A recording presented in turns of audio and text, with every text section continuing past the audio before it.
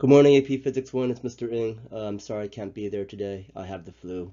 But I wanted you to have a little bit of direct instruction on rotational inertia. Let's go over the last question within your lab write-up. And it's actually a kind of a complicated question. The question asks you to rank the angular accelerations of these two sticks, right? One where almost all the mass is at the end, and one where almost all the mass is close to the axis of rotation.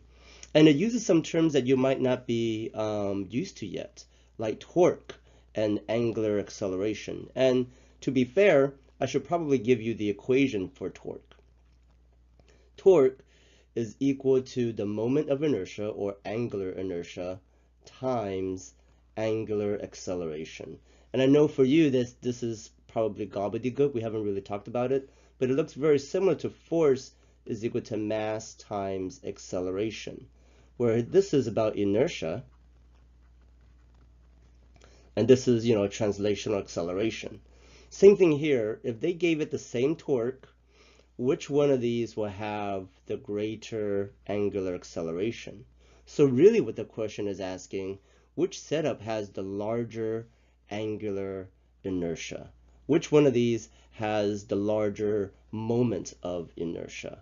And I bet just going by your gut, you can tell which one of these setups will have the greater moment of inertia. But I want you to challenge yourself and give the moment of inertia, or rotational inertia, or angular inertia. I want you to try to figure out what the equation is. So I could be m times r, or I is equal to m times r squared, or I is equal to m over r, where r is the radius and m is the mass, right? You just spent lab shaking sticks with weights at various distances. You should be able to figure out which one of these is the right equation for rotational inertia. If you chose that the moment of inertia is equal to mass times radius squared, good job. You were able to determine the equation for the moment of inertia without even reading the book, so congratulations. Let's move on and conclude. So far we've been talking about translational dynamics versus rotational dynamics. When it comes to inertia, for the longest time we said that inertia only depended on mass, meaning it didn't matter if it was a sphere or some sort of puck-like thing. Here's a puck.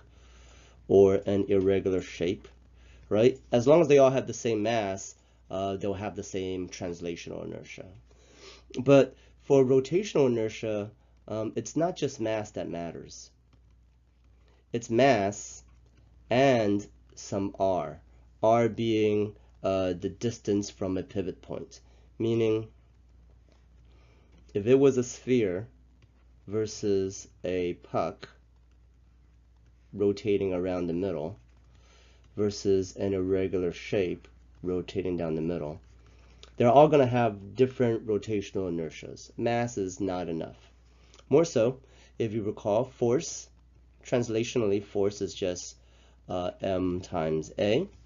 And now, rotationally, force is now going to be torque is equal to I times alpha, right? Or m times r squared times alpha. That's going to be torque.